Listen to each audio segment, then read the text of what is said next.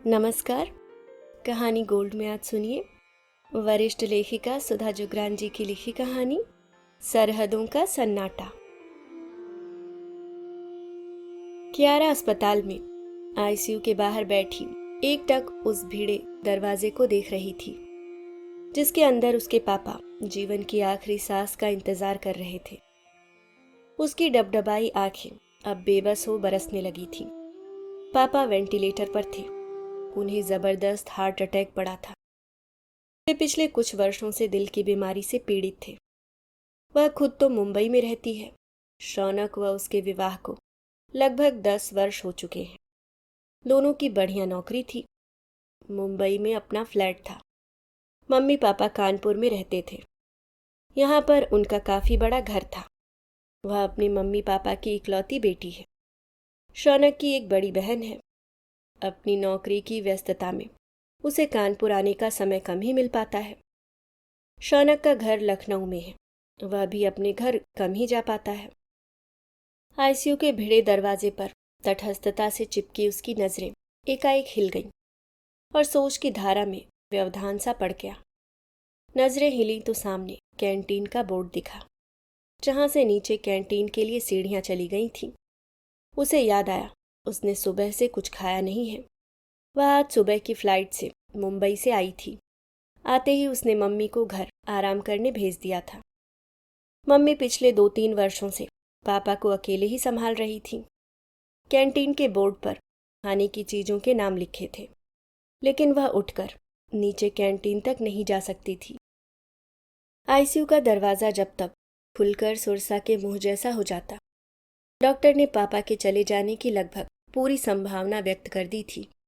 लेकिन जाते हुए इंसान को उसकी मृत्यु की इंतजारी में छोड़ा तो नहीं जा सकता ना।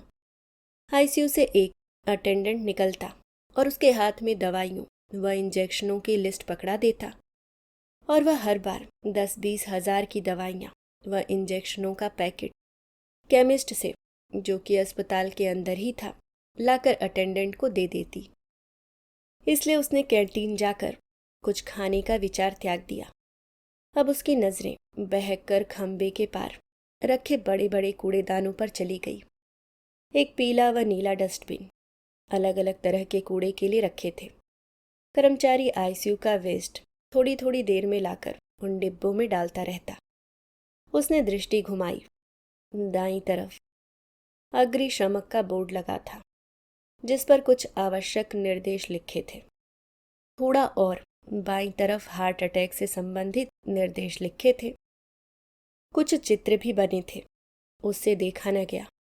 उसने दृष्टि घुमा, आंखें बंद कर पीछे सिर टिका दिया। 2 दिन पहले पापा की तबीयत अचानक बिगड़ गई। मम्मी ने तुरंत ही उसे व चाचा बुआ को खबर कर दी थी। चाचा तो कल ही पहुंच गए थे। बुआ लोकल रहती हैं, इसलिए वे भी तुरंत ही आ गई थी। पर वह तो जॉब करती थी, इसलिए छुट्टी व घर का इंतजाम कर आज पहुंच पाई।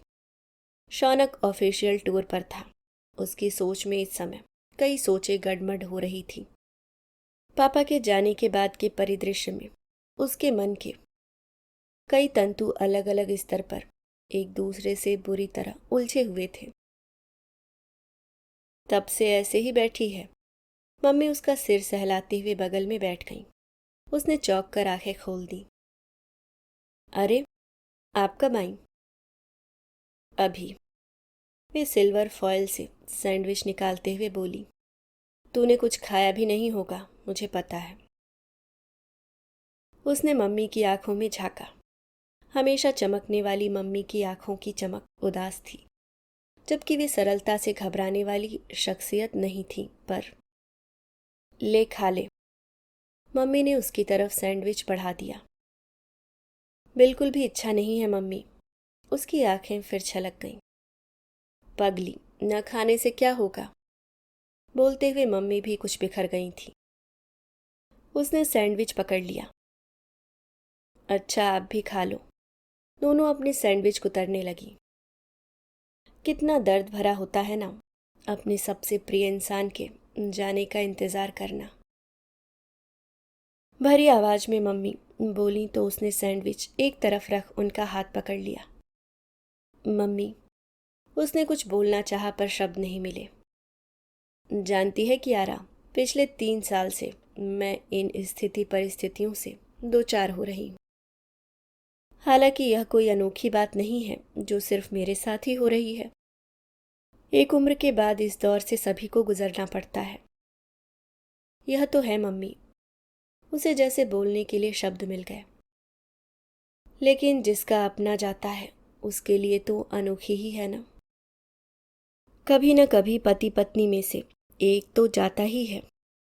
वे भर्राई आवाज को संभाल कर बोली, जब हम युवा होते हैं हमारे शरीर के हैप्पी हार्मोन्स का लेवल अपने शिखर पर होता है।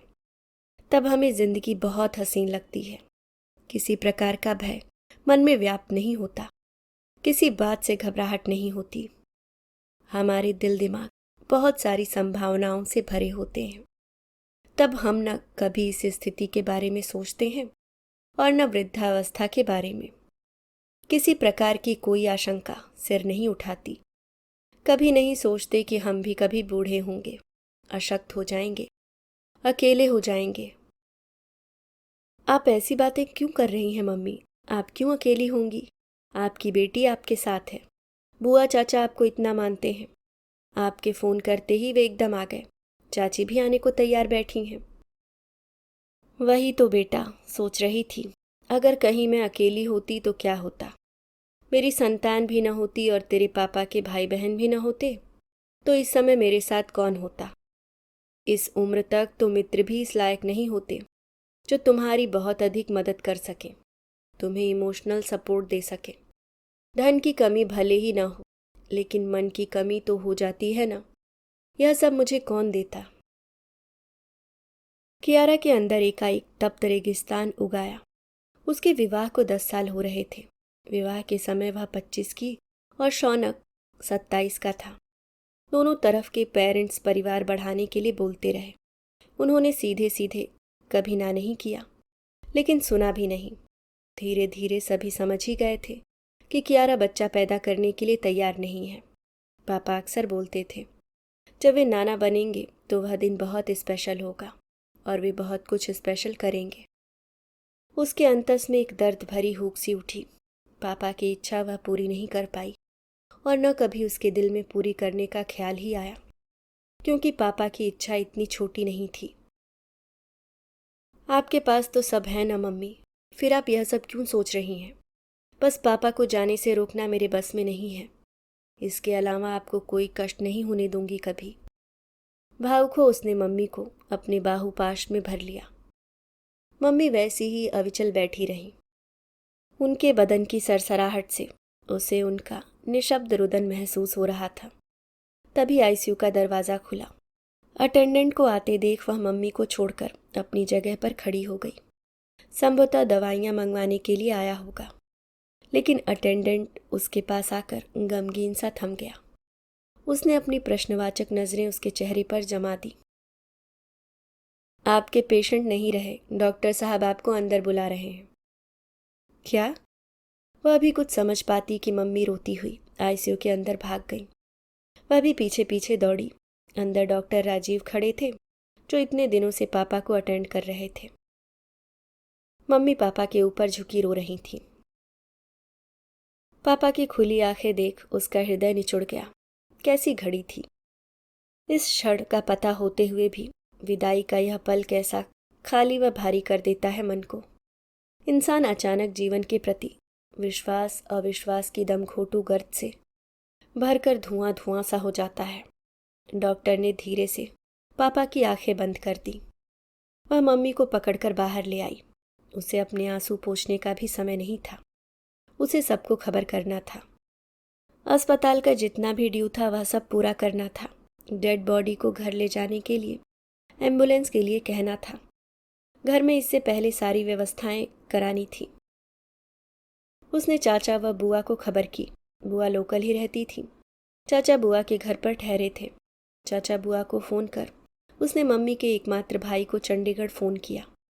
उन्होंने भी अविलंब चलने की बात कही। मम्मी घायल सी कुर्सी पर लुढ़क गई थी। वह मम्मी के पास बैठकर उन्हें सहलाने लगी। हिम्मत करो मम्मी, आप इतनी कमज़ोर हो जाएंगी तो मैं अकेली क्या करूँगी। शौनक को मैसेज कर दिया है, पर लंदन से वापस आने में उसे समय लग जाएगा। संभालना तो हमें ही है सब कुछ। मम्मी ने उसकी तरफ हारी हुई नज़रों से देखा। उनकी आंखों की टीस उसे अंदर तक बीत गई थी। तभी सामने से चाचा आते हुए दिखे। उनको देखकर उसकी आंखों में भरोसे की नमी आ गई। आते ही उन्होंने उसे गले लगा लिया। न चाहते हुए भी वह फफक पड़ी। उससे अलग होकर चाचा ने मम्मी के सिर पर हाथ फेरा और उनका हाथ पकड़कर उनकी बगल में बैठ गए। भाई जैसे देवर का भरोसा पाकर मम्मी भी बिलख पड़ी। हौसला रखो भाभी, भैया का साथ इतना ही था, हम सब हैं ना, और फिर आपके बच्चे हैं, कभी अकेला नहीं होने देंगे आपको। कितना विश्वास व हिम्मत थी उन शब्दों में, जो मम्मी के अंदर निश्चित ही आशा का संचार कर रहे होंगे। वह खुद भी कहाँ अछूती रही। चाचा के आते ही लगा था वह अकेली नहीं है। लेकिन क्या इस पल का ये भरोसा मम्मी को बिना मेहनत किए ही मिल गया? इन रिश्तों को सजोने के लिए मम्मी ने जीवन पर्यंत इनमें खाद पानी डाला होगा। बिना मेहनत किए तो न लहराए होंगे ये संबंध। मम्मी भी अगर उसी की तरह बच्चा पैदा करने से इनकार कर देती तो क्या उनकी बेटी इस मुश्किल घड़ी में उनके साथ होती? कियारा के अंदर एक बार फिर अनेकों सवालों का बवंडर उठ खड़ा हुआ। लेकिन इस वक्त वह उन सवालों को संतुष्ट करने की स्थिति में नहीं थी। उसने चाचा को मम्मी को घर छोड़ने के लिए कहा और बुआ को घर पहुंचने व व्यवस्था करने के लिए कहा। चाचा जी, आप मम्मी को घर छोड़कर बुआ को सब कुछ समझाकर वापस आ जाइए। साथ ही सभी रिश्तेदारों को भी फ़ोन कर दीजिए। मैं तब तक अस्पताल के सारे बिल्स क्लियर करती हूँ। मम्मी उसे अकेला नहीं छोड़ना चाहती थी, इसलिए मुश्किल से ही गई। थोड़ी देर में चाचा मामी को छोड़कर वापस आ गए। जब तक वह चाचा के साथ पापा को एम्बुलेंस से लेकर घर पहुंची, सारी व्यवस्था हो चुकी थी। बुआ और फूफा जी व उनके बच्चों ने सब कुछ अपने हाथ में ले लिया था। रिश्तेदारों से घर भर गया था। वह काफ़ी समय से मुंबई में थी, इसलिए स्थानीय होने के कारण बुआ का परिवार ही सारी व्यवस्थाएं करने पर लगा था। उसे तो बस आर्थिक रूप से करना था। टाइम काफ़ी हो गया था, इसलिए शव यात्रा कल प्रातः के लिए निश्चित की गई। इसलिए शव को सुरक्षित रखने के सारे इंतजाम कर दिए गए।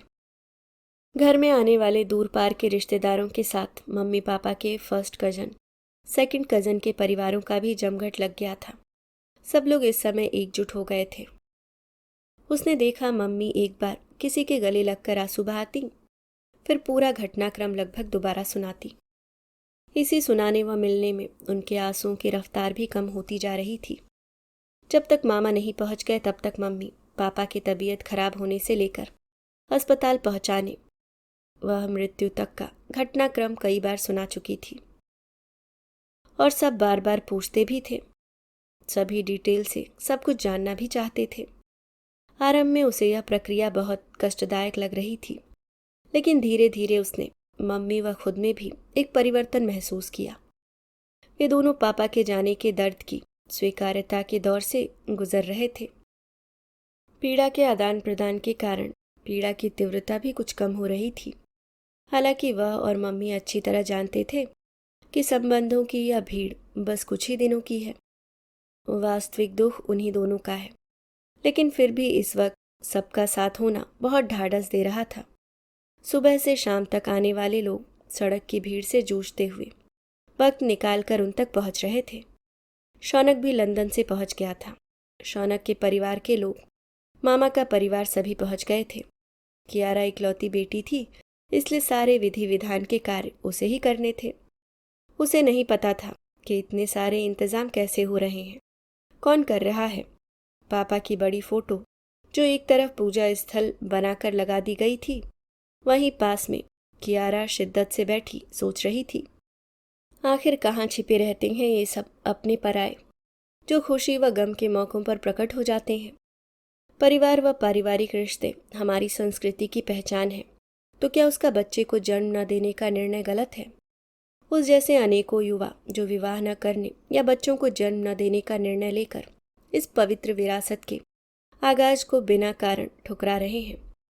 प्रकृति के विरुद्ध मोर्चा संभालने में व्यस्त उसकी पीढ़ी यह नहीं सोच पा रही है कि बहती जलधारा पर यदि बांध बना दिया जाए तो विद्युत पैदा की जाती है, लेकिन यदि रोक दिया जाए तो भविष्य में कभी न कभी प्रलय का आना निश्चित ही रहता है।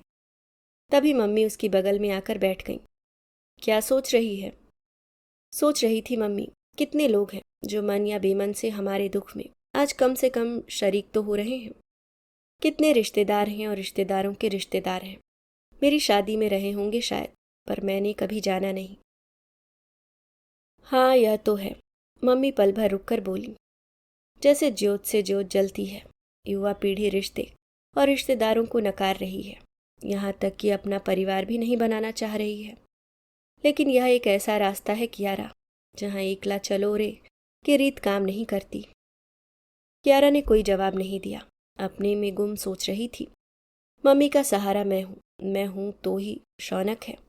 जब पापा को पहली बार हार्ट अटैक पड़ा था तो दोनों आए थे। मम्मी ओएनजीसी से डायरेक्टर के पद से रिटायर्ड है। नौकरी में व्यस्त मम्मी ने भी यदि उसको जन्म देने के बारे में न सोचा होता तो आज न उसके पास कियारा होती और न शौनक। शौनक के मम्मी पापा की ज़रूरत पर भी वे दोनों पहुंच ही जाते हैं। चाहे कितने भी व्यस्त हों, शौनक की बहन भी ख्याल रखती है। आज की जैसी परिस्थितियों के बारे में न भी सोचें तो भी उम्र बढ़ने के साथ उनकी ज़िंदगी में कितना अकेलापन हो जाएगा। हालांकि उनकी युवा पीढ़ी के पास विवाह न करने, बच्चे न करने के हजारों तर्क हैं। उनकी नज़र में पिछली पीढ़ी के लोग आवश्यकता से अधिक इमोशनल थे। लेकिन कुछ स्थिति परिस्थितियां, मनोभाव ऐसे होते हैं जिनके सामने ऐसे तर्क अपना वजूद खत्म कर देते हैं। मम्मी उसके तर्कों पर कहती हैं, हमारी तो सैंडविच जनरेशन है कियारा। न अपने संस्कारों को छोड़ पाते हैं, न अपनी संवेदनाओं व भावनाओं को। तुम्हारी पीढ़ी के साथ आखिर कितना तो मशीनी बनाए खुद को। तूने शादी कर ली, मेरी कई फ्रेंड्स इसी को संतुष्टि की बात मानती हैं। उनके बच्चे शादियों के लिए भी तैयार नहीं हो रहे। जो शादी कर रहे हैं उनमें से कई निभा नहीं पा रहे हैं। परिवार नाम की चीज समाप्ति के कगार पर है। क्या सोच रही है इतनी देर से? किस सोच में गुम है बेटा? मम्मी उसका सिर सहलाते हुए बोली। आप ही की बातों को सोच रही थी मम्मी, आपकी सैंडविच जनरेशन वाली बात पर। पहले कभी इतना ध्यान नहीं गया जिन बातों पर। आज उनका अर्थ प्रत्यक्ष महसूस कर रही हूँ। न चाहते हुए भी वह बोल पड़ी। मम्मी ने उसे गहरी नज़र से देखा, पल भर बाद बोली, महसूस कर रही है तो एक बात और भी कहना चाहूंगी कियारा। जैसे हमारी पीढ़ी तुम्हारे साथ अपनी संवेदनाओं व संस्कारों की सरहदों से जूझ रही है, वैसे ही तुम भी जूझोगे, क्योंकि जड़ें तो हमने ही पोषित की हैं ना तुम्हारी। तुम भी इन सरहदों के पार एक उम्र बीत जाने के बाद खुश नहीं रह पाओगे। इस देश की आबो हवा व संस्कृति में सांस ली है तुमने। जब सब तरफ से फुर्सत पा जाओगे तब बहुत कुछ कचोटने लगेगा। हमारे जैसे संतुष्टि का एक भी कारण तुम्हारे पास नहीं होगा। हमारी पीढ़ी तो फिर भी भाग्यशाली है, क्योंकि हमारे सामने तुम हो, लेकिन तुम्हारे सामने सन्नाटा होगा, सिर्फ सन्नाटा। कहकर मम्मी उठकर अपने कमरे में चली गई। वक्त कुछ अलग था और नाजुक जज्बात इन दिनों अपने चरम को छू रहे थे। मृत्यु और जीवन का सच मानस पलट पर शाश्वत नृत्य कर रहा था। इसलिए मम्मी की बात पर कियारा का पूरा शरीर सिहर कर पसीने से नहा गया। क्या सच ही कभी उम्र के किसी पड़ाव वह अकेली हो गई तो उसके सामने कोई कियारा या शौनक नहीं होंगे। नवनिर्माण तुम्हें और कुछ दे न दे, कहीं न कहीं भावनात्मक सुरक्षा देकर मन तो भरता ही है। बढ़ती उम्र को बच्चों के रूप में युवा जीवन का तोहफा तो देता ही है। सच तो यह है कि उसका भी मन करता है नन्हे बच्चे की किलकारी से उसका भी घर गूंज जाए। शौनक भी दाएं बाएं से अपनी इच्छा जता देता है, पर वह अपने मन को तैयार नहीं कर पाती है। जल्दी सोचा नहीं और अब हिम्मत नहीं हो पाती। लेकिन मम्मी की बातों ने आज दिलो दिमाग में उठ रहे शब्दों को भाव दे दिए थे। उनकी अगर सैंडविच जनरेशन है तो उस जनरेशन का अंतिम पड़ाव उनकी खुद की पीढ़ी है।